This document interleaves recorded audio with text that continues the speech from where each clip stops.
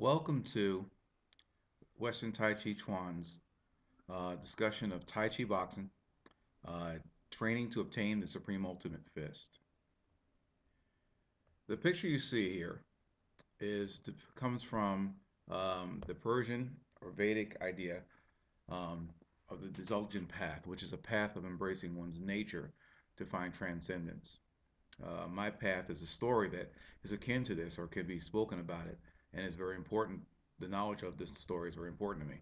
Um, the creature that you saw was holding an object called a Vajra Pestle, and mythically it was made from the spine of a sainted sage, Bhakti Yogi Dachichi. This was a weapon that was wielded by the demigod Indra against Pitra, who was granted the boon of indestructibility from wood or metal weapons. The Vajra pestle was forged from its sainted source to be likened to a diamond lightning bolt that renders a sound of thunder when moved and cuts without being cut. The idea of the idea of the diamond thunderbolt has a lot of meaning for me. It means that my training conceptually should try to reach to that point. To do this, I've found that I've had to reach for, as you see in the picture here, the training of the simple idea from the Shaolin's Wing Chun Kuen. I've had to study Taoist and Vedic breathing regimens and relaxation brethrens for power and for health longevity for the three treasures: essence, energy, and the gathering of essence, the refinement of essence, the energy, and the cultivation of energy into vitality. For that vitality and attention, I've learned that I've had to focus on the most fundamental of physical training methods, which basically involved building my core, strength, suppleness, speed, and stamina. Flexibility has always been an issue with me, but with understanding or integrating the asanas from pranayama, which is a Vedic breathing method, focusing on breath retention and control of the breath inhalation and exhalation, and the mudras that come from the Taoist idea of the Wu shamanic microcosmic orbit, and also later on you'll find the Kujikiri, which we'll discuss, nine hands cutting, became very important aspects of my training, to include the healing six breaths I learned from Acharya Yogi Madama, and also the seated brocade from Yi Ching Yi, the oldest living human being on record. I learned that the northern concept of Supreme Ultimate Fist coming from the Wudang Temple, and the southern idea of Supreme Ultimate Fist coming from the southern Shaolin Temple, embodied in the books, the 72 Arts of Shaolin, and also its Dimlock Manual, helped me understand how those two things could be used.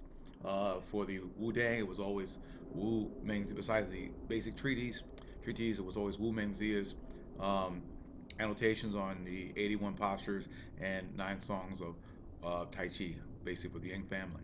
And small, small circle, small frame Tai Chi Chuan, or Supreme Ultimate Fist, became a guide for my Western pugilistic applications of Western fighting. And then, of course, those applications had to be consistent with weaponry, which we'll discuss later on.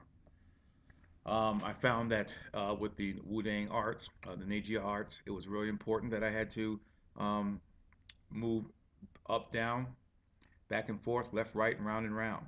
And that the Bagua and Zingi motions were very, very important with regard, at least in concept. How I did them was based on my understanding of traditional method, and how that method would translate into actual fighting experiences that I've had.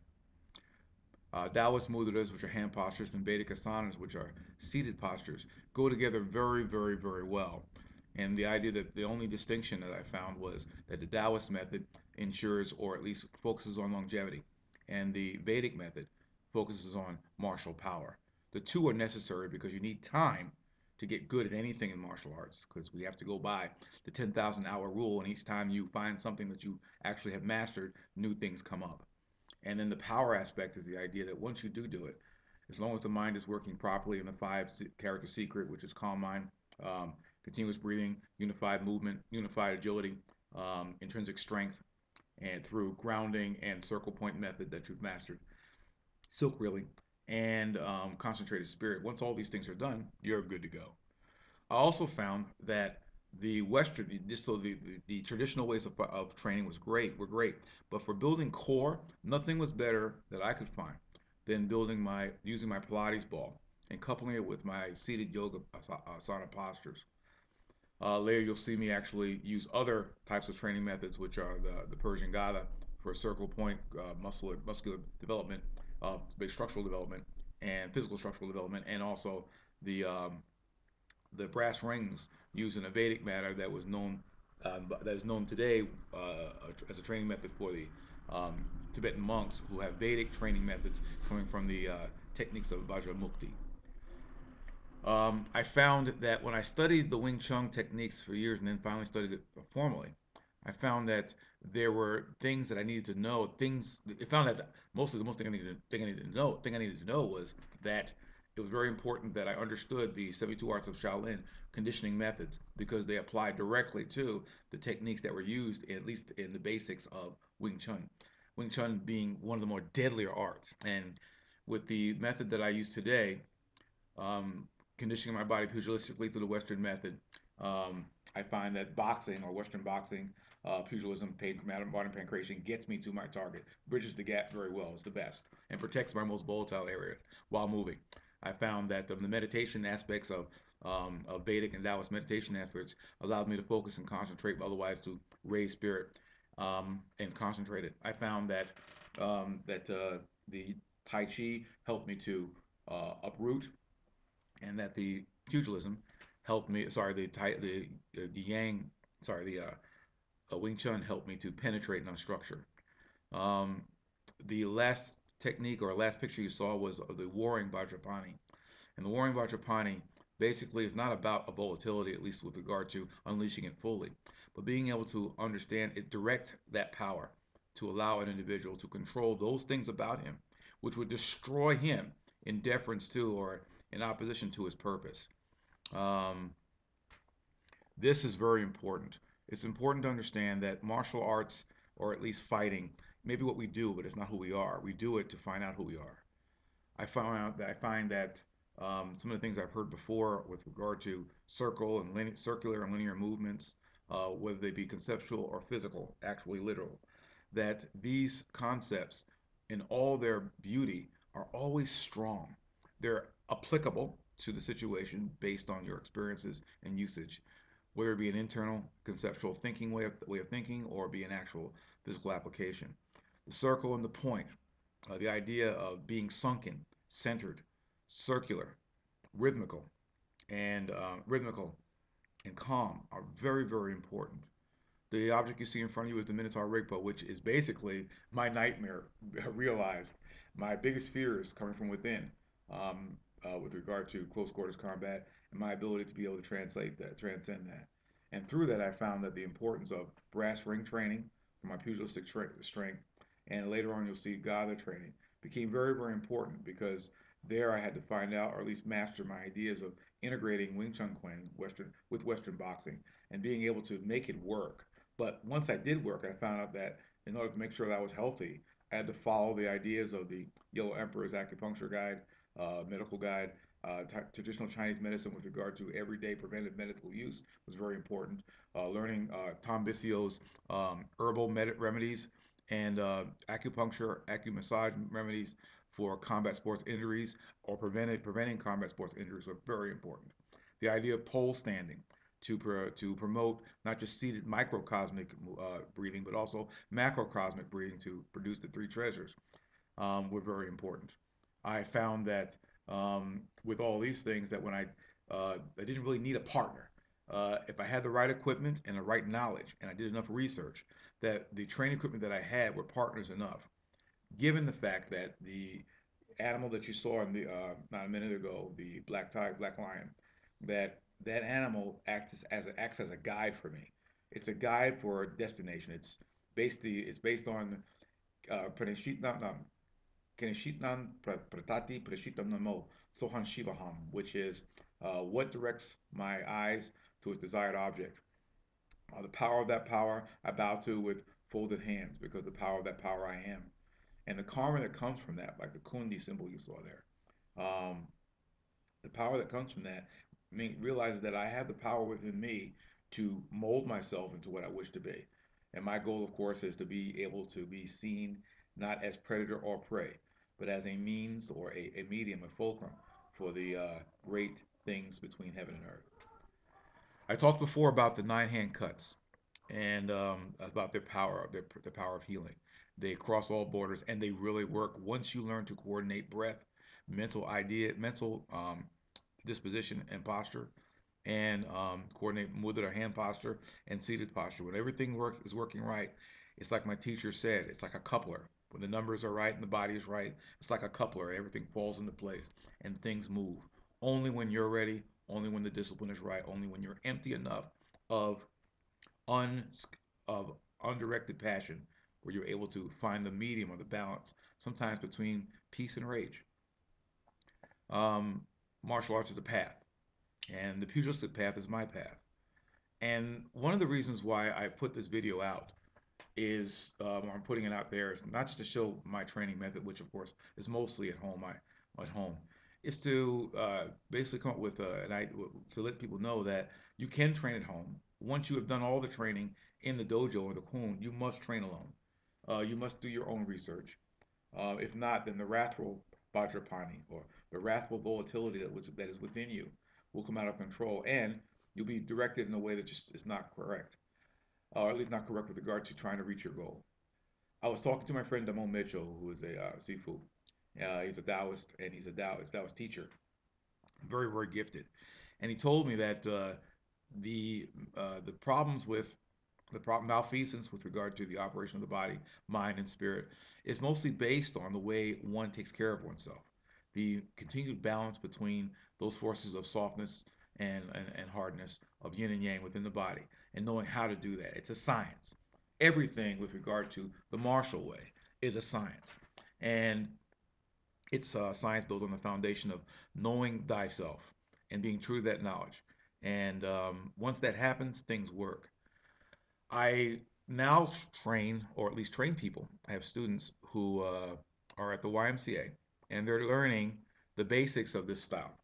They seem to think of it as a great way of being fit because of the um, extremes of training, hard and soft.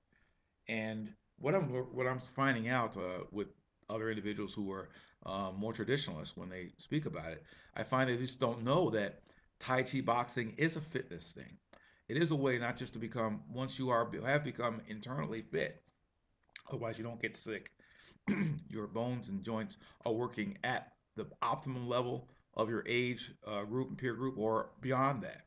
Otherwise, you can do what you need to do. Once this is done, um, one must realize that one moves beyond that. One must be not just this health way, that way, but one must go to the part of being super healthy, to be enhanced physically, mentally, physically, and spiritually, and to be able to perform what one needs to perform to maintain the path they're at, to master their craft.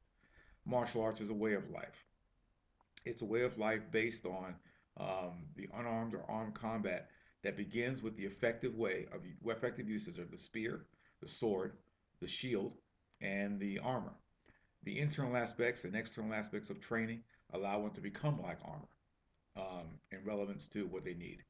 And what I found that what I find out is that if we stay with only what we were taught, and we don't seek not just to explore it, but to try to express it in a manner which Bruce Lee calls sincerely.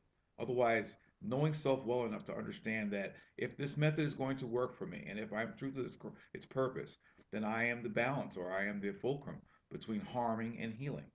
And my discipline is the only thing that keeps me separate from accomplishing that goal.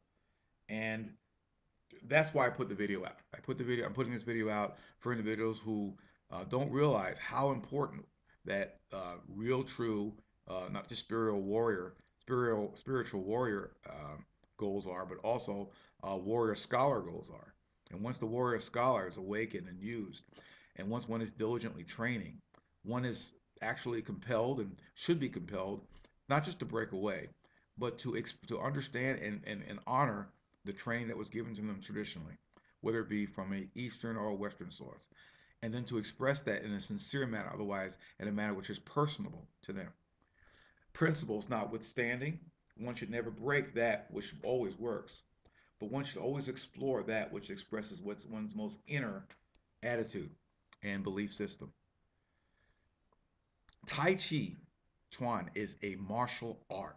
Supreme Ultimate Fist, okay, can heal, but it also enhances.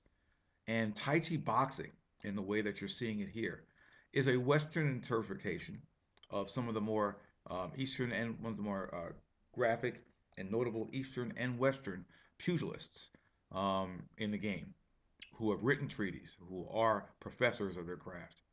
And the idea of being able to fuse Wing Chun Kuen motions and to fuse Northern Wudang Shaolin 16 not 16, but the six grappling methods of stand-up Tai Chi Chuan.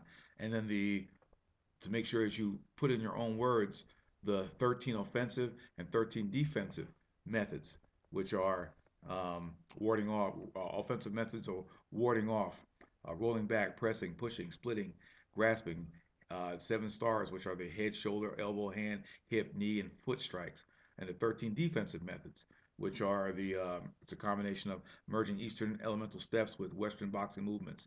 Uh, the earth stance, the metal stance, the wood, fire, water, air, blocking, parrying, trapping, ducking, pivoting, circling, and slipping.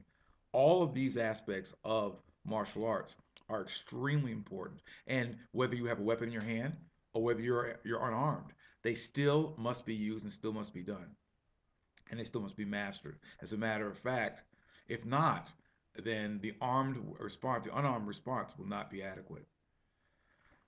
I want to I put this out again to show that one can realize that one must realize that an individual who does go out of their way to explain their art, and there are many, and we should seek them out.